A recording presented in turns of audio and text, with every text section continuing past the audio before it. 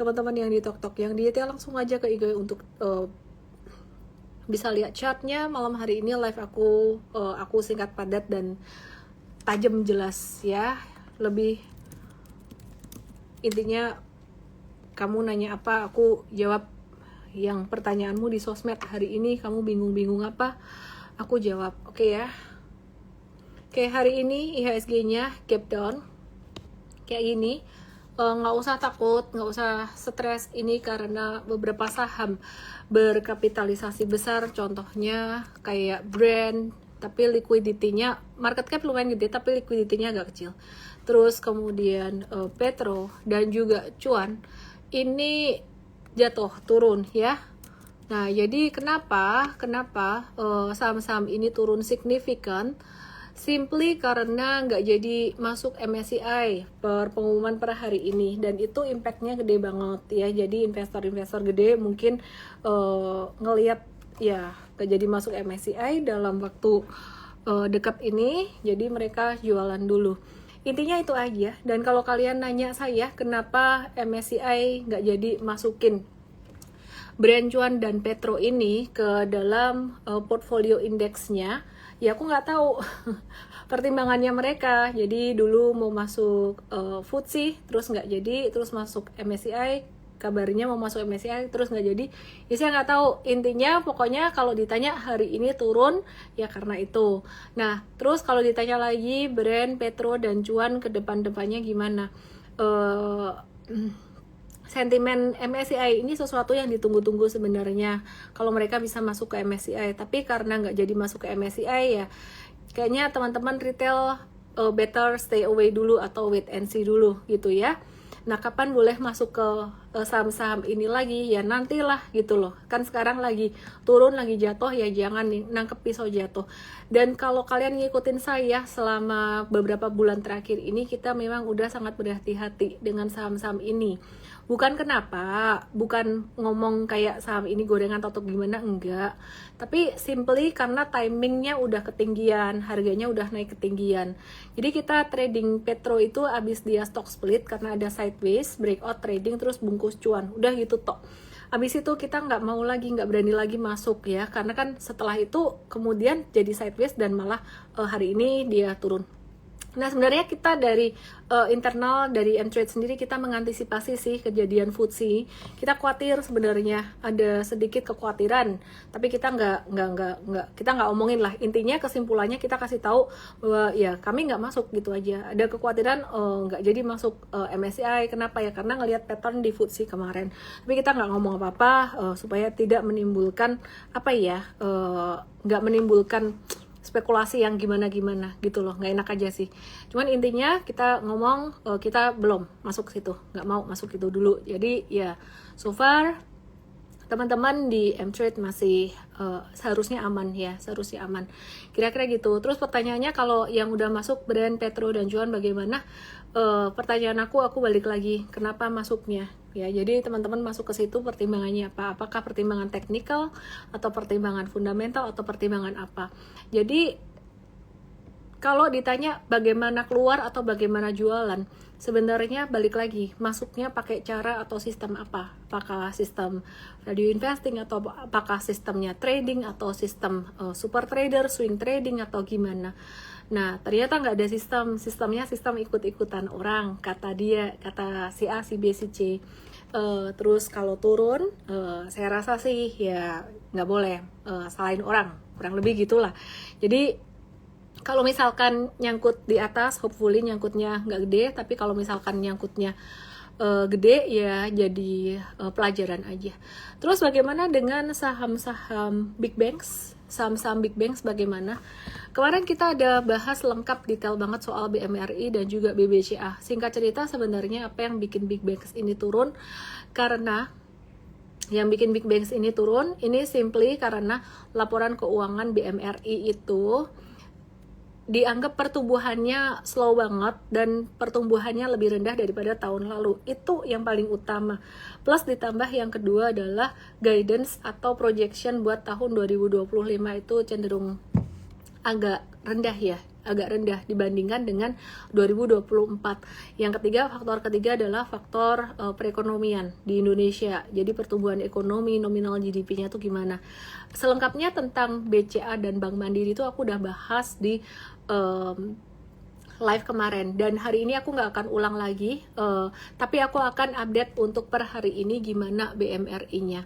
Nah, per hari ini BMRI ini kan kemarin jatuh kencang banget ya. Secara monthly chart dia tuh kena MA 50 monthly dan ada pantulan, and this is very normal. Jadi kena MA 50 terus ada pantulan, ini sangat normal sekali. Dan per kemarin itu sebenarnya BRI mulai kena di fair value atau rata-rata 5 tahunannya dia. Jadi rata-rata 5 tahunnya dia tuh di 5.300, kemarin agak-agak jebol ke bawah dikit, jadi slightly discounted. Ini agak mantul. Pertanyaannya, apakah BMRI ini udah diborong asing? Ternyata masih net sell sebenarnya. Sebesar 213,4 miliar. Di sore hari ada yang narik, tadi aku ngeliatin BMRI naik turun sampai terendahnya di 4950. Sore hari itu ada yang ngumpulin, ada yang narik. Tapi di sini saya masih harus berhati-hati teman-teman. Pantulan di BMRI ini sifatnya masih temporer atau jangka pendek saja ya. Jadi mungkin bisa naik tuh sampai 5.400 dalam jangka pendek aja atau less. Karena kita ngelihat di 6 Februari ini guyuran volume transaksinya besar, dan ini baru yang pertama kali di BMRI terjadi seperti ini. Dimana kalau di BRI udah malah udah lewat masa-masa seperti ini, fase seperti ini tuh udah lewat. Jadi di Bank Mandiri kemarin baru jatuh volume transaksi gede, terus kemudian hari ini tadi mantul dengan volume transaksi separuhnya. Kira-kira kurang lebih kesimpulan yang saya ambil buat Bank Mandiri ini berarti gimana? Berarti dalam jangka menengah itu dalam sekitaran 1-2 bulan ke depan kita harus masih waspada ya. Asing bakalan kemungkinan masih akan jual-jual atau profit taking barang yang mereka udah beli dari masa pandemi kemarin. Seperti yang aku bilang kemarin ya, kalau ngambil level terendah dari Mei 2020 sampai sekarang tuh asing udah masih cuan 170-an persen, bahkan kalau per hari ini 180-190%. Tertingginya di September 2024 asing tuh cuan 200-an persen. Kesimpulan aku, asing masih bakalan profit taking, masih bakalan jualan lagi, tapi nunggu harga yang lebih baik. Jadi kalau misalkan nanti ada pantulan-pantulan dikit, mereka akan bisa jualan lagi atau keluar lagi gitu. Supportnya di angka berapa? Support sekarang itu di MA 50 monthly, sekitaran level aku taruh di sini 4930 ya. Jadi 4930 ini angka yang pakai support MA 50 monthly, ini angka yang aku bilang lumayan murah. Ini kalau tulisannya 5.000 ini pembulatan ya. Jadi aduh ya, ini 4930 ini lumayan murah di sini. Jadi mantul. Nah, terus kalau lebih murah lagi, nawar diskonnya di 4131, 4130-an lah, itu standar deviasi minus 1, dan menariknya dia pas sama MA 100. Bisa nggak sampai ke area itu? Nobody knows. Tapi kalau aku melihat posisinya asing masih cuan dari 2020 sampai Mei 2020 sampai di angka 4150 ini tuh masih cuan 126%. Logikanya berarti masih bisa ada kemungkinan turun sampai sini, tapi nggak langsung ya, nggak langsung. Ini akan ada pantulan dulu, pantulan dulu. Kemungkinan pantulannya jangka pendek yang tadi aku bilang kemungkinan bisa sampai 5.400 or more or less, dikit lah, kurang lebih lah gitu. Jadi aku masih mengantisipasi dalam jangka menengah tuh berapa lama, 1-2 bulan ke depan gitu. Jadi ini pelajaran dari BRI juga. Nah, kalau BRI kemarin kan asing guyurannya, jualannya tuh bisa sampai udah di fair value dijebolin lagi ke bawah ya. Nah, ini aku nggak tahu Bank Mandiri ini gimana gitu. Harapannya bagaimana? I have no expectation. Karena both ways, kalau misalkan Bank Mandiri kena di MA 50 terus naik, itu bagus. Kalau misalkan Bank Mandiri turun sampai ke MA 100 ya, jadi aku udah dalam posisi yang no expectation. Kalau sampai dia turun di MA 50 monthly di 4130-an, atau di 2830, ya ini 2830 ini support yang dekat standar deviasi minus 2 sekitar 27-28an. Itu juga jadi satu hal yang aku embrace yang sangat bagus sekali. Kenapa? Ya kesempatan lah buat long term investing. Aku mau to the point aja, straightforward. Teman-teman yang di TokTok yang di ET langsung aja ke Igoy. Aku mau straightforward. Ada orang yang bilang, gak bisa kaya dari saham, bisa pakai banget dan caranya gampang pol. Caranya gampang banget, kumpulin duit. Kata kuncinya nomor 1, modal. Modalnya banyak. Kalau kamu modalnya banyak ya, kumpulin duit. Duitnya banyak, oke? Kata kunci kedua adalah timing. Kalau timingnya bagus, timingnya perfect, bagus. Timing perfect, timing bagus tuh kapan? Ya valuasinya terdiskon. Valuasi terdiskon seperti yang saya bilang tadi, kamu nggak boleh takut. BMRI kalau kena 4130 atau 2728, seandainya ini belum tentu loh ya, bisa jadi cuman kena 4930 terus mantul lagi ya. Anyway, bisa nambah modal di situ, bisa nambah investasi di situ. Aku pengen menggarisbawahi cara value investing biar kalian nggak bingung, karena bentar-bentar nanya bingung, turun nanya bingung. Caranya supaya nggak bingung adalah kalian tahu caranya. Satu hal penting yang kalian perlu perhatikan ketika kalian value investing ini, caranya value investing BMRI, BBRI kayak gitu-gitu ya. Nomor 1 banget, balik ke fundamental perusahaan. Fundamental bicara tentang 4-5 checklist di MFest tuh tanggal 15 Februari. Kalau mau ikut acaranya tanggal 10 pagi, DM aku aja MFest Start atau pakai URL emvst.id_live ya. Jadi checklist nomor 1, pangsa pasar bisnis model. 2, manajemen perusahaan, bicara tentang kualitas. 3, profitabilitas. 4, valuasi. Checklist yang kelima aku pakai technical monthly, biasanya kayak gitu. Nah, nggak boleh dibalik, nggak boleh yang nomor 5 dulu, 1, 2, 3, 4 dulu. Itu checklist investing. Jadi, satu hal yang aku mau highlight banget, investasi jangka panjang itu bukan pakai berita untuk buy and sell-nya. Hari ini DM-nya banyak masuk ke aku, nanya, ya kalau nggak ditanya saya nggak ngebahas, ngapain ya ngurusin orang. Kan orang punya cara beda-beda, ada yang pakai cara trading, ada yang pakai POV investing. Jadi nanya, si itu kok cut loss ya saham ini, ya aku nggak sebut lah saham ini, atau saham BRI aku sebut aja lah, kok cut loss. Aku bilang, terus kenapa? Emangnya beliaunya nggak boleh cut loss? Ya maksudnya kenapa ya Ci ya? Apa ada sesuatu yang berbahaya? Berbahaya gimana? Saya kan nggak ngerti ya, ditanya ya saya bilang kenapa berbahaya? Karena katanya beritanya ini. Oke, kalau ada orang yang trading dengan berita atau investasi jangka panjang, kalau ada orang pakai berita silahkan. Tapi saya tidak. Kalau saya trading, saya pakai chart, pakai super trader punya sistem. Kalau saya investing, saya ngikutin guru besar Warren Buffett. Ya, pakai analisis fundamental. Jadi kalau kamu ngelihat berita-berita kayak gitu, si itu jualan bingung, si itu beli bingung, si itu bilang saham ini mau sampai segini. Cara biar nggak bingung adalah pahami sendiri. Nah, coba cek fundamentalnya. BRI gimana? Wah, earningsnya, pertumbuhannya melambat. Ya oke sih, melambat.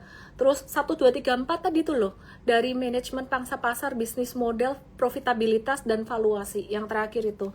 Terus BMRI gimana? BCA gimana? Terus valuasinya gimana? Kalau aku disuruh milih dari 4 itu ya gampang sih, tak pilih BCA. Simply perusahaannya masih cuan dan cuannya masih bertumbuh. Di masa perekonomian yang susah pun masih bertumbuh gitu loh.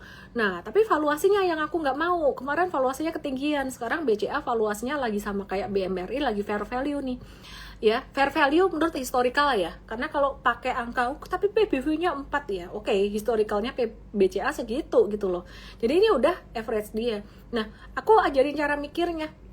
Terus BCA maunya kapan dong? Ya bentar lagi deh kalau valuasi udah terdiskon gitu. Terus misal tadi aku ada post dan aku nggak mau jawab, aku jual atau enggak. Misal ya, tadi aku ada post soal BMRI, barang lama. Aku cuan sekitaran 35-36%. Ada BNKA juga. Aku tanyain, jual nggak? Nah, iseng-iseng lah bikin polling. Teman-teman ada yang bilang jual, ada yang enggak. Tapi kebanyakan bilang enggak. Nah, terus aku dapat DM juga, rame DM itu. Kita diskusi ya di sini ya. DM-nya ngomong gini, Ci, dia ngomong apa sih? Oh, dua POV. Lu coba dia 2 POV. Ci, waktu itu udah sampai level 7.500 nggak dijual, sekarang nggak nyesek toh? Jawabanku adalah enggak. Kenapa? Karena sebagai seorang investor atau trader, kata kuncinya yang paham caranya, yang paham the why and the how, kita embrace. Embrace apa? Embrace konsekuensi, embrace resiko. Waktu itu udah tinggi, gak dijual. Konsekuensinya apa? Ya kalau turun, ada retracement di situ, cuannya lebih dikit. Oke, sekarang nomor 2, pilihan nomor 2. Kalau misal dijual, ada yang bilang, jangan jual, Ci. Nanti kalau dijual, kamu hilang barang loh. Nah, pertanyaannya, kalau misalkan kamu jual, hilang barang, Miss, nyesel nggak?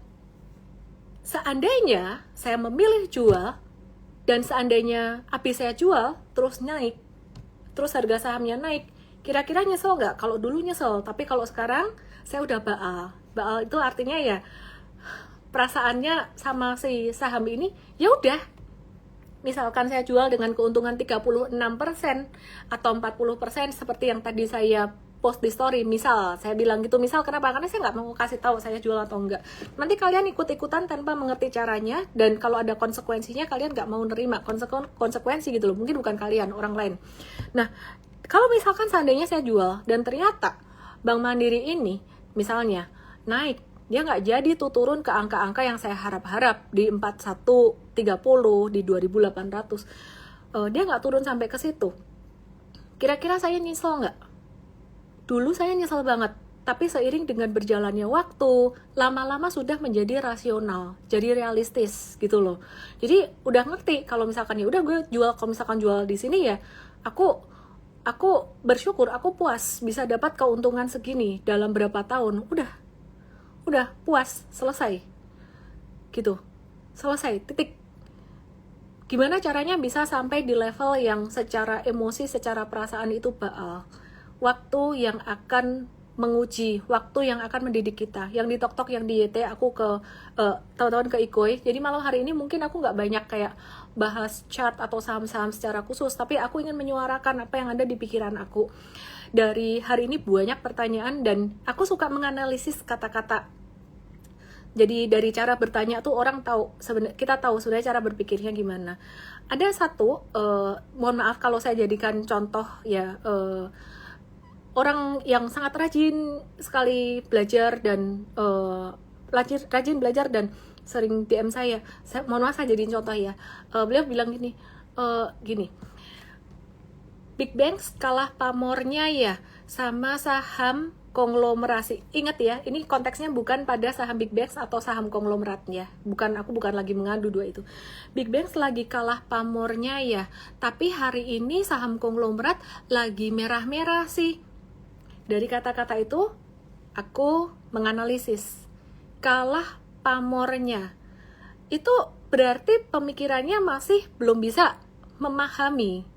Ini barang apa yang diomong. Berarti kalau dia masih membandingkan secara apple to apple dalam jangka waktu pendek gitu loh. Jadi misalkan mungkin analoginya yang paling gampang tuh genre musik lah. Antara musik dangdut dengan musik klasik itu nggak bisa kayak dibandingin apple to apple. Nah, jadi kalau bicara soal saham-saham Big Banks, BMRI, BCA, BNI, BRI, aku bisa bilang kalian kalau misalkan ada beli agak ketinggian atau nyangkut di sini, kalian boleh tenang sih sebenarnya. Ya, jadi berapa persen bakalan kembali? Menurut aku persentasenya sangat tinggi gitu loh untuk kembali. Kenapa? Simply, saham-saham ini memang yang the best secara fundamental. Ada yang bilang lagi fundamental is dead. Dalam jangka pendek mungkin kalah sama saham-saham yang apapun namanya, mau dibilang gorengan mau rebusan gitu loh.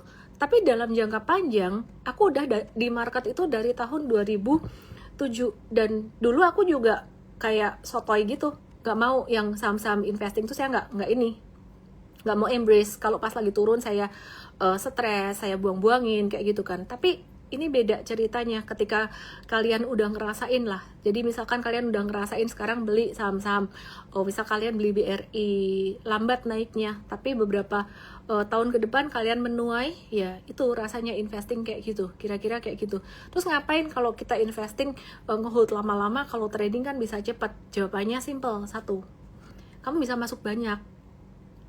Kalau trading, kamu masuk banyak. Nah, banyak dikit ini jadi relatif juga. Kalau trading, kamu masuk banyak di saham yang nggak liquid, bisa jadi kadang-kadang likuiditasnya hilang dan susah jualan, dan resikonya tinggi. Makin cepat naiknya, makin tinggi. Aku kasih contoh aja, kayak brand Petro Cuan ini memang belakangan trending banget, gampang naik. Tapi ketika kamu masuk di situ, ya kamu harus embrace resikonya. Kalau sekalinya turun, ya kayak gini. Loh, ini bukan kali pertama loh. Kalian jangan, jika kalian ada nyangkut di brand Petro Cuan, saya rasa sebenarnya ini udah dikasih signal dari beberapa waktu sebelumnya, terutama brand. Nah, aku bukan anti sama saham-saham ini. Mtrade ada trading juga saham-saham ini, tapi timingnya kita ngelihat timing banget. Petro pun kita ada trading waktu itu. Brand juga ada trading, tapi kita timing itu matters. Udah ada dikasih signal. Yang pertama FCA. Yang kedua nggak jadi masuk FTSE. Terus naik lagi, mau masuk MSCI. Maksudnya kita nggak belajar sih dari kejadian-kejadian sebelumnya. Ini kenapa sih kok bisa masuk FCA? Wah, bursa bikin aturan aneh-aneh loh. Nggak gitu juga sih. Saya waktu itu juga mikir, kenapa akhirnya? Terus kemudian kenapa nggak jadi masuk FTSE? We never know. Retail nggak ngerti. Tapi kan itu tanda-tanda gitu loh. Jadi saya nggak anti sama saham-sahamnya Papa Pepe. One day kalau secara chart, secara liquidity perform, so that's okay. Aku kembaliin lagi teman-teman semuanya, ya Bapak Ibu yang kalian ada di saham big banks, ya menurut aku sih chill aja, santai aja, nggak usah sampai dibawa kayak stres gimana. Gini loh, mindsetnya tuh gini, kamu rugi di, nih ya contoh ya, beli BRI, BRI itu mau buyback 3 triliun. BRI kalau laporan keuangannya bisa muncul, bisa jadi dia turun lagi loh sampai 38. Saya nggak bilang BRI bakalan langsung naik, bisa turun sampai 38. Tapi seandainya kamu punya BRI di 4.400, 4.600, di bawah 46 itu udah valuasi murah. Seharusnya lebih stres nyangkut di brand Petro Cuan daripada nyangkut di BRI, daripada nyangkut di Bank Mandiri, daripada nyangkut di BCA. Aduh, apalagi BCA. Tahu nggak sih BCA itu berapa persen dia bobotnya di MSCI Indonesia? Tahu nggak MSCI Indonesia bobotnya kecil banget dibandingkan MSCI Global? Yang tadi aku post di story, aku ada repost, Titi punya story ya, ini masih ada storynya, dilihat aja di IG ya aku. Karena dia post dulu di story, aku bilang agree, dan aku jelasin supaya orang-orang nggak mispersepsi. Jadi dibilang, ini ngomong agak kemana-mana dikit ya, tapi ini penting. Dibilang bahwa Indonesian punya stock market itu size-nya kecil dibandingin dengan global. Oh exactly, that's true. Itu jadi kelebihan Indonesia dan kekurangan Indonesia. Kelebihannya apa? Kelebihannya ya kamu milih sahamnya jadi gampang. Kekurangannya kalau kamu milih saham yang tidak efisien, yang saham yang goreng-gorengan, ya resikonya gede, kamu nggak bisa masuk banyak. Nangkep nggak? Nangkep, aku harap kamu nangkep, karena aku lagi pengen ngomong ini biar kalian ngerti. Terus jadi gimana dong? Langsung investasi saham luar negeri gitu. Menurut aku sih satu-satu ya, di Indonesian stock market aja belum lulus gitu loh. Analisisnya kalau di luar negeri kan mungkin bisa lebih kompleks gitu loh. Buat latihan dulu. Masa ngehold BCA, ngehold BRI, ngehold BMRI, apalagi BRI modal berapa sih? Baru rugi less than 10%. Terus si A si B bilang gini, kalian takut mau naik kelas ke US stocks. Aduh, ya belum dulu sih. baru trading ini cut loss sedikit, stres mau ke kripto, kayaknya jangan dulu gitu loh. Tapi kecuali kalau start dari modal yang kecil. Intinya sih teman-teman, gak usah takut, gak usah khawatir. Jadi malam hari ini live aku khusus aku buat ngebahas ini karena pertanyaan yang masuk di DM aku banyak banget. Dan anyway, kalau kalian nanya, misalkan kalian nyangkut di brand Petro dan cuan, wah aku I have no idea sih. Mau gimana ya, nunggu technical rebound buat keluar. Gitu aja. Ya, jadi pesan aku ulang lagi sekali lagi ya. Kalian yang misalkan ada nyangkut di BMRI, BRI, BCA, BNI, tenang aja, santai aja. Bandai pasti balik kok. Itu bukan saham gorengan gitu loh. Kalau yang nyangkut di brand Petro Cuan pasti balik nggak? Ya aku nggak tahu. Mungkin bisa balik, mungkin juga nggak. Saya nggak tahu lah. Namanya juga saham yang buat trading gitu loh. Aku nggak anti juga, tapi nanti kalau mau masuk situ nanti. Oke ya. Jadi ada beberapa saham yang juga aktif belakangan ini. Dikit soal trading aku bahas juga ya. Ini ada saham PGEO.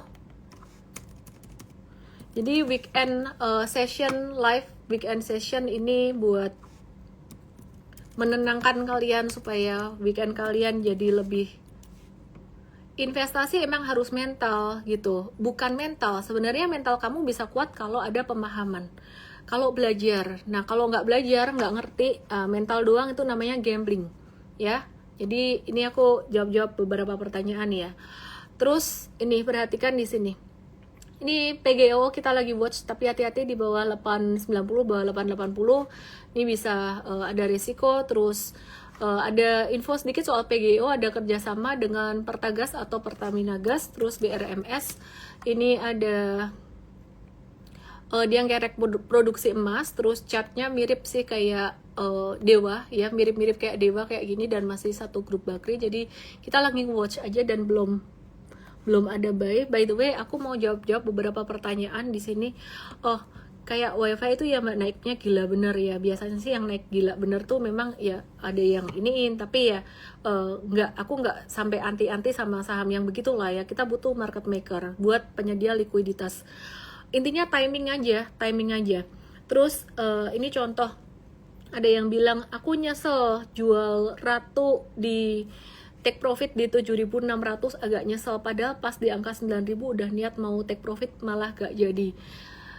Menurut aku nggak perlu nyesel sih. Nanti kalau kamu udah ngalamin misalkan ada saham tersebut ARB dan kamu udah profit taking, ya kamu bersyukur gitu aja. Yang merasa udah take profit nyesel itu biasanya belum pernah mengalami kayak rugi gede di market, dan harapan saya sih nggak perlu ngalamin kayak gitu.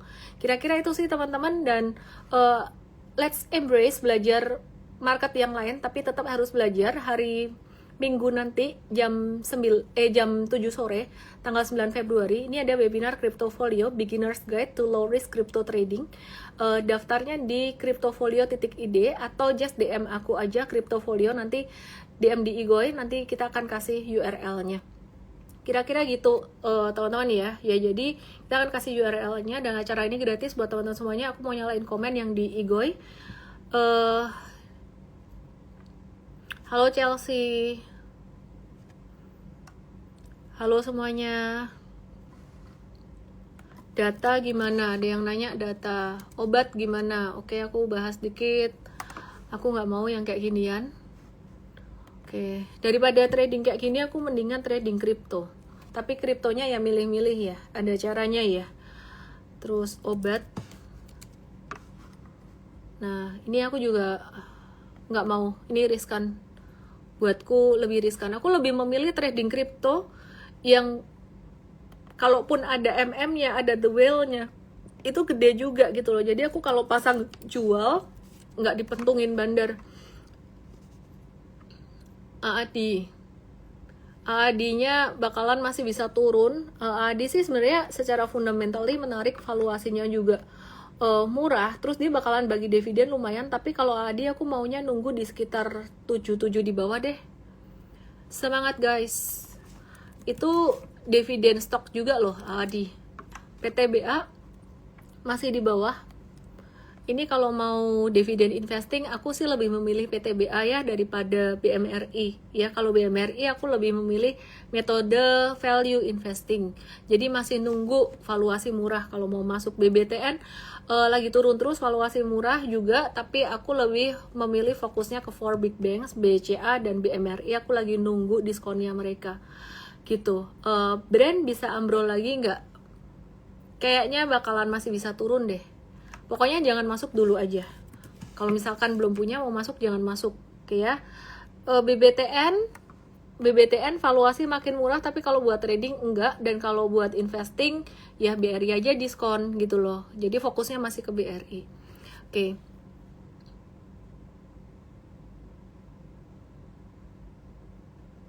Rakaminho bener sih, tapi nggak semua emiten bisa digituin. Dia bilang kalau aku prinsipnya satu, masuk di emiten bagus, didiemin, kalau merah jangan dijual, kalau hijau siap jemput cuan, intinya jangan kasih makan BD. Bener nggak Rakaminho? Ya bener nggak bener sih. Kita nggak bisa bilang nggak kasih makan BD. BD kasih makan kita tahu. Nggak ada BD, nggak ada liquidity di market. Tapi masalahnya yang aku tekankan tuh timingnya. Jadi kalau saham itu baru digerakin pas breakout awal dari sideways, aku mau loh masuk, dan kalau liquidity-nya oke. Tapi kalau udah late of trend, yaitu diajarin di Super Trader ya, di M-Trade Academy juga, kalau udah late of trend aku nggak mau. Oke. Nah, kenapa laporan keuangan BBRI kok nggak keluar-keluar? Aku nggak tahu juga ya. Semoga nggak ada masalah ya. Makanya investasi jangan berlebihan juga sih di saham apapun, mau value investing atau apa, sesuai dengan profil resiko kalian, sesiapnya resiko. Oke? Udah gitu aja ya teman-teman. Aku ngantuk banget abis acara tadi kumpul-kumpul. Aku ngantuk sekarang. Selamat malam semuanya. Saya Ellen May, salam profit, happy weekend. See you at Sunday. 9 Februari jam 7 sore di webinar Cryptofolio. Yuk mulai belajar kripto dikit-dikit ya. DM saya Cryptofolio atau mtrade.id/kripto gitu ya. Ngantuk. Selamat malam.